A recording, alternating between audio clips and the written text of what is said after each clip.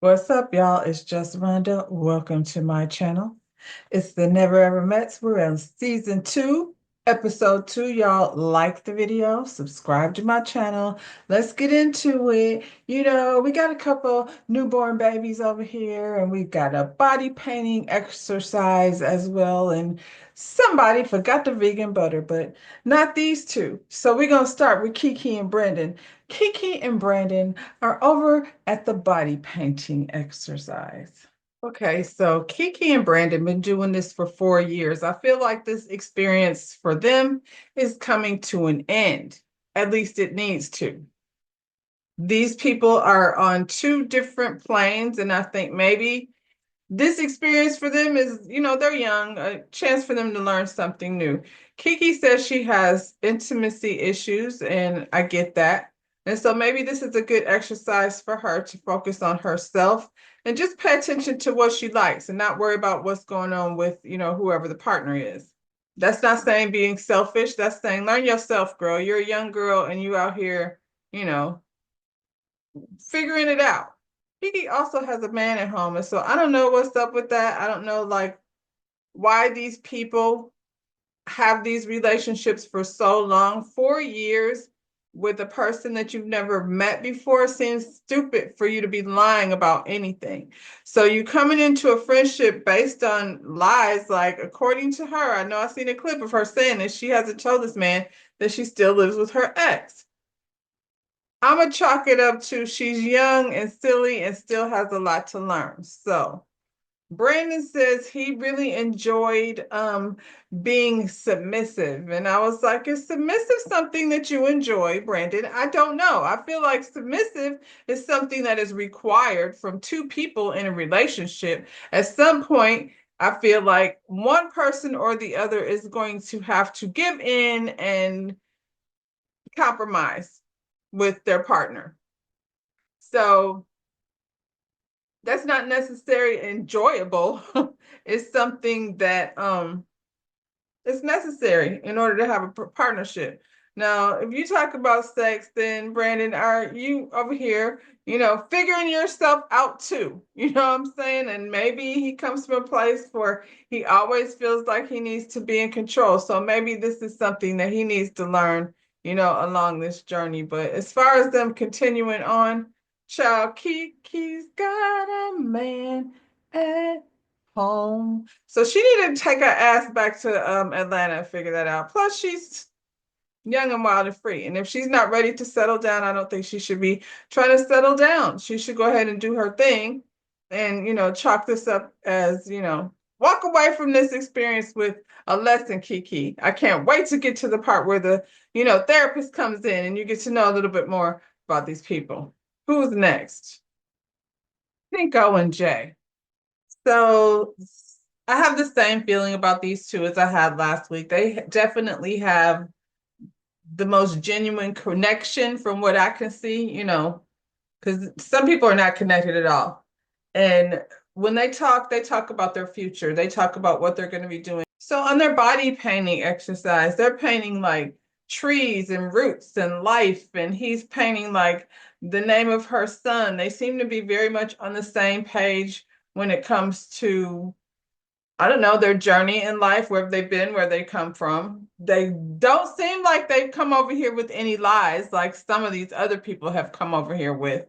So, and I don't feel like it's an unreasonable amount of time. They've been talking to each other for like 5, 6 months or something. Not, they've not been spending time for 8 years, waiting to get to know each other. So they can definitely walk away from this, planning for what's next. Because what's happening over here so far seems to be, a positive thing. They seem to be very much into each other. Most of the time when you have these types of shows and you have people with a genuine connection and they're not over here with the foolishness, they get the least time, you know what I'm saying, for us to get to know, because they're not bringing any mess. So right now, these two don't have no mess. They just got a connection that's actually quite pleasant considering the other foolishness that's going on over here. Speaking of foolishness, child, Clavassier and Tatiana. Okay, so Tatiana and Clavassier.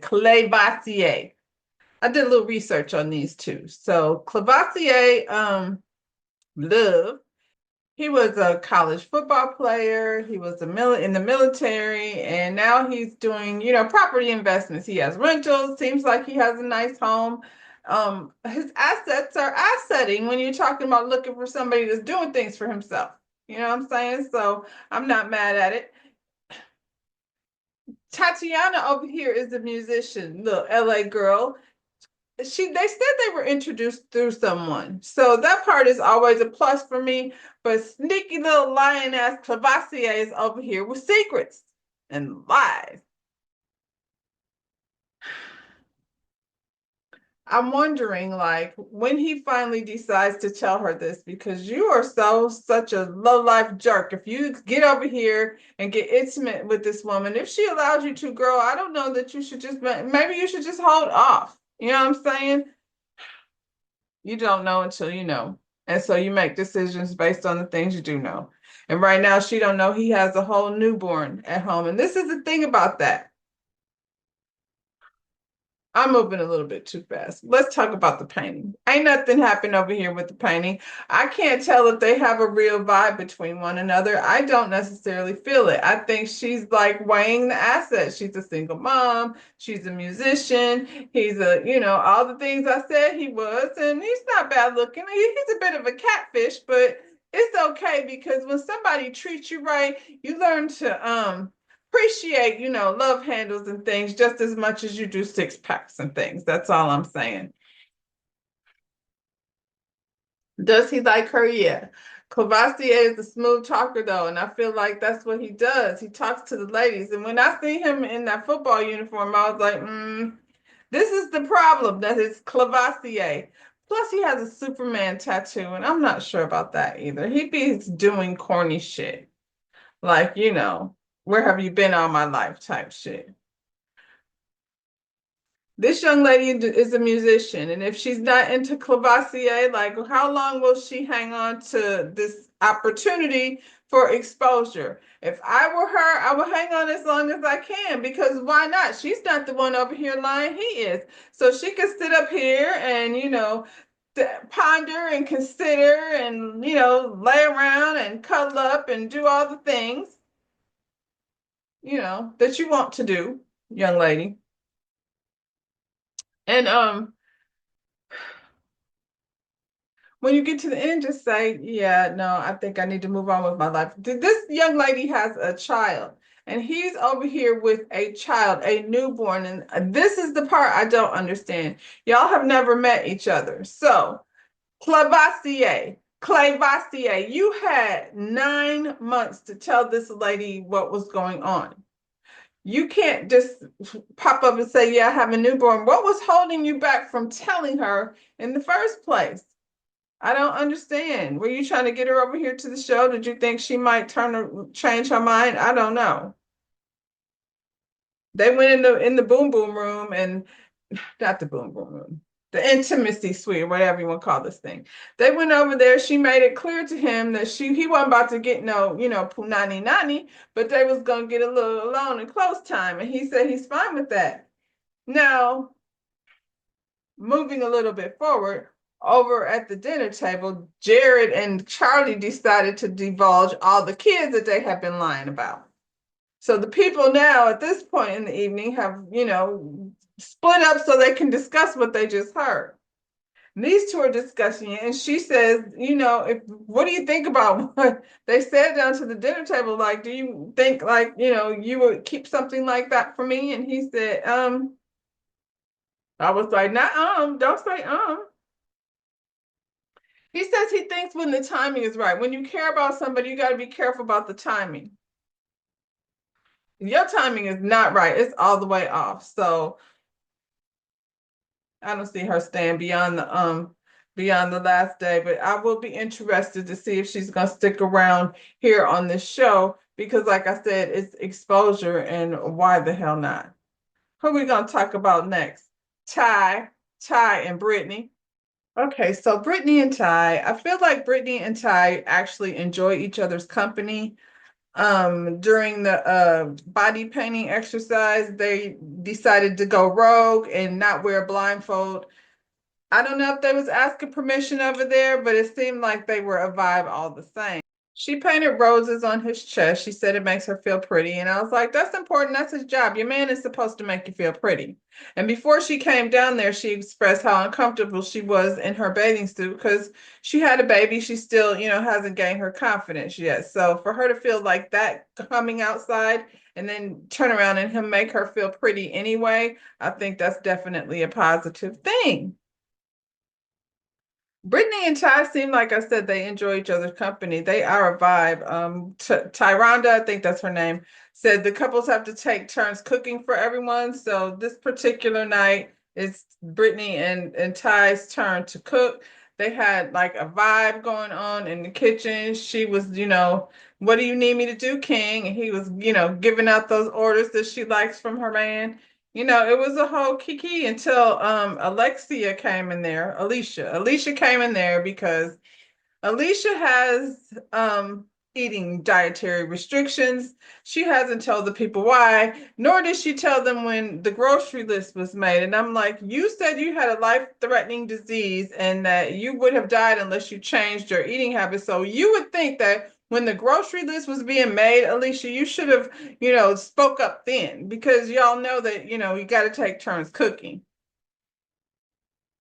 Honestly, like, I don't know, she's cagey about sharing information, but I think when the conversation about food and cooking comes up, that's when you go ahead. You don't have to say it walking in the door, but this is when it comes up. This is when you say what it is. I don't even think you have to I don't even think you have to give so much of your business unless you want to, but you can say, I have an autoimmune and I can't eat everything. So these are the things I have to eat vegan. There's a way to say it without telling your business, and there's a way to ask without barking orders. So this lady tends to believe that, she can tell people what to do and talk to them any kind of way and then go run in the corner and say, they were fussing at me. And your boy Ty snapped. He did. He told her to get her ass up out the kitchen, and he ain't care nothing about what types of dietary needs she's restricted by. This is what we doing. We doing this blackened catfish with some capers and beans and things. Ty, you have to be like sensitive to people's, dietary needs. That's when you're cooking, you have to like make sure everybody's good. Everybody has something to eat. Don't be sprinkling cheese all over everything. Yeah, Karen Huger had the girl Karen over there gassy. She couldn't eat none of the food. So let's don't do that over here. But I feel like this lady's tone make you not want to, give in to whatever it is she's saying. But Ty, be careful out here. Alicia was like, be careful. That's somebody else's girl. She could tell that man he come down here acting a fool. What you gonna do? What you think she did? Ran a happy ass up out of there. Go tell Irvin. But we'll get to them in a minute. I don't know what these two are doing, but I tell you what they're not gonna do is waste my time. This lady came from the head of administrative over on Facebook of a Ready to Love Facebook group. And this young man came over here from Ready to Love. And they want us to believe that somehow that somebody's friend introduced them to each other for what? This lady is a sourpuss at all times. She always got a stank ass look on her face. And she brought her behind down here from Facebook and went over here to a body painting exercise and kneeled down in front of this child's manhood. She stood there and groped him to the point that he was shrieking away. It was just embarrassing. If she ain't embarrassed for herself, then I'm embarrassed for her. He put a question mark on her chest and he put a stop sign on her back, a four-sided stop sign, because for some reason, Chris can't remember how many signs a stop sign has. And I'm like, bro, you see a stop sign every freaking day. You should have been able to close your eyes and figure out a stop sign, but it don't matter. He wants you to stop. Yeah. I mean, I guess this is their shot. I don't know what's happening over here. I'm not finna sit up here and believe that they have any type of connection because we clearly know that he don't. The man doesn't even want you to touch him, and you talk about I wanted you to be slow and sensual. That ain't what he was feeling. He was feeling like let's rub the thing on, get shit over with. This man is standing here with her handprints on his both of his butt cheeks and on his pituitity. looking like a damn fool. He wrote a question mark on her chest, child. You got questions, we got questions. The question is, for what? I feel like there were other options. I mean, I know people have connections for things, but child, what is you even on Facebook, FaceTime talking to this lady about? You want us to believe that Chris is over here. He came back to you after Maya? Okay. I don't know. What, these two, I'm assuming, we're gonna play in our face all the way till the end. I'm guessing because Chris wants to be on TV really bad. So here you go, boy. But from what I can tell, you are not a very good actor because you can't even act like you like this lady that much. And based on the way these snarky little stank ass faces she be making, she's very unpleasant. So I'm not surprised that you don't. So I mean, that's all I got. Y'all ain't doing nothing. I ain't about to waste my time on it. And I feel like, I mean, I guess I'll just waste my time on these two instead, Jared and Charlie. So the cat is out of the bag. Jared is over here with the newborn child as well. Well, not newborn, 6 months old. That's new enough. Jared is over here with a 6 month old. He haven't talked to anybody about, at least not Charlie. They've been talking for 4.5 years. For what? I don't even know. I feel like they went to the same high school and they playing in our face too. They knew each other, they know each other in some kind of way. And maybe they trying to rekindle something that they never got a chance to get over in high school. But he done heard they got 100 fans in common and they both know what's going on in each other's life. Now, this lady done sat up here and said she done got this man's name tattooed on her. Jared, that means she's unstable. She's never met you, but she's got your name tattooed on her for what? She got probably 4 baby daddies and she got your name tattooed on her. What is happening, Charlie? When he told her he had a 6 month old, she had the nerve to sit there and act like all shocked oh my God, I've been over here keeping this secret and now I'm finding out I didn't even have to. Well, Jared is like, hold on though. Like, I mean, one baby is even, but you got 4 kids. And to be honest, I ain't gonna be able to do that. That's a lot. I ain't trying to be over here like no Brady Bunch or anything. And then she tried to guilt him. What do you mean? Are you judging me for having 4 kids? He was like, no, I'm not saying that. I'm just saying it's hard out here. I've got 2 kids of my own. So not only does he have the 6 month old, he has another child that we're just finding out about. And I'm probably 2 baby mamas, and at least one of them has his ass on child support because he's very stressed about the thought of going over to this lady's house with all these kids. And he's like, I'm just, I could tell you I'm gonna try. And she was like, stop right there. Just say you'll try. He's like, I mean, I'll try. I mean, I don't think he has to try very hard. I think whatever cakes he came over there to smash, she's perfectly willing to go ahead and serve them up. You could tell her anything. She's got a whole tattoo. Ciao. This is what I feel about these two. You tend to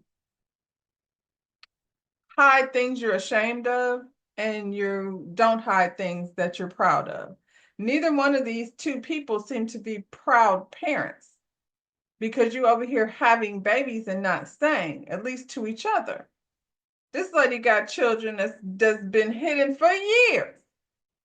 So, I mean, I hope y'all get what y'all accomplish. Please don't procreate because we don't need any more, unstable individuals over here willing to leave their child upstairs in the suitcase while they come down here and do body painting.